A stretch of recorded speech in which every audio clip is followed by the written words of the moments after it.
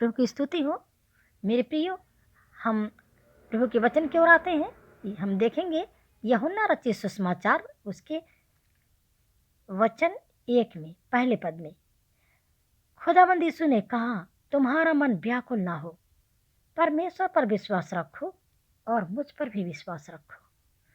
खुदावंद यीशु ने ये वचन दिया है, तुम्हारा मन व्याकुल ना हो, तुम्हारा मन बेचैन ना हो, अशांत ना हो और ना तुम घबराओ, क्योंकि खुदा ने यह वचन दिया है, मैं तुम्हें अनाथ नहीं छोड़ूंगा, मैं तुम्हारे पास आता हूँ।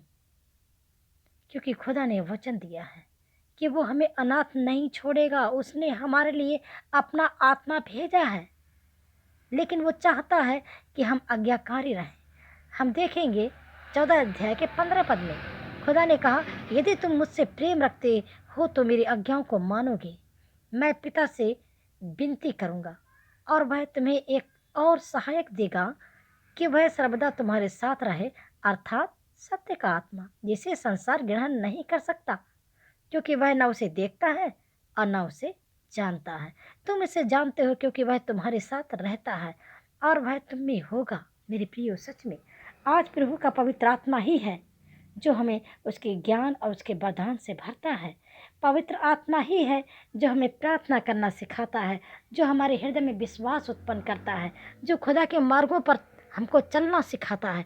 क्योंकि खुदा ने कहा है, मैं तुम्हें अनाथ नहीं छोड़ूंगा, मैं तुम्हारे पास आता हूँ। लेकिन खुदा उन्हीं के पास आएगा जो उस पर विश्वास रखते हैं और उसके मार्गों पर चलते हैं। जैसा कि लिखा है वचन 23 में, यदि कोई मुझसे प्रेम रखेगा तो वह मेरे वचन को मानेगा और मेरा पिता उससे प्रेम रखेगा और हम उसके पास आएंगे और उसके साथ वास करेंगे। हालेलुया। इसलिए क्योंकि जो खुदा से प्रेम करता है वह उसके आज्ञाओं को मानता है, और तब खुदा ये जानता है, क्योंकि वो जो हृदय को जांचने वाला परमेश्वर है, वो जो आत्मा है, और वो आत्मा और सच्चाई से अपने पास आने वाले को भली भांति जानता है। मेरे प्रियो, क्योंकि यहाँ पर खुदा का वचन ये कहता है वचन 24 में, जो मुझसे प्रेम नहीं रखता वह मेरे वचन नहीं मानता, और जो वचन तुम सुनते हो वह मेरा नहीं वरन पिता का है जिसने मुझे भेजा है।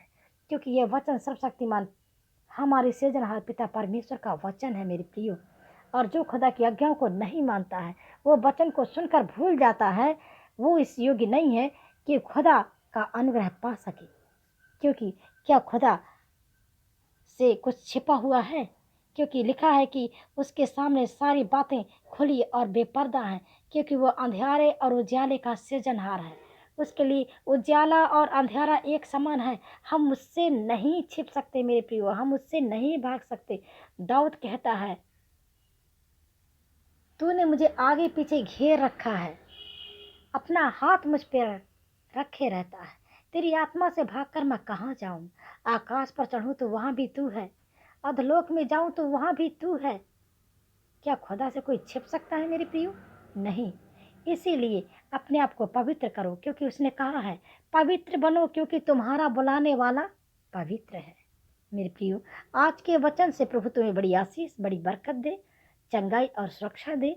मैं अपने खुदा से ये प्रार्थना करती हूँ कि हे मेरे परमेश्वर, जो भी इस वचन को सुनता है, इस वीडियो को देखता है, मेरे खुदा, यदि वो बीमार हैं तो चंगे हो जाएं, यदि वो समस्या में हैं तो उनका समस्या का समाधान हो, यदि वो बंधनों में हैं, किसी टेंशन, डिप्रेशन, उधारी या कर्जे या किसी मुकदमे में या किसी भी समस्या के बंधनों में हैं, तो वो आजाद हो, उनके बंधन टूटे आज यीशु के नाम से, और वो आजाद हों। क्योंकि प्रभु का वचन कहता है, क्योंकि जहाँ कहीं प्रभु का आत्मा है वहाँ आजादी है।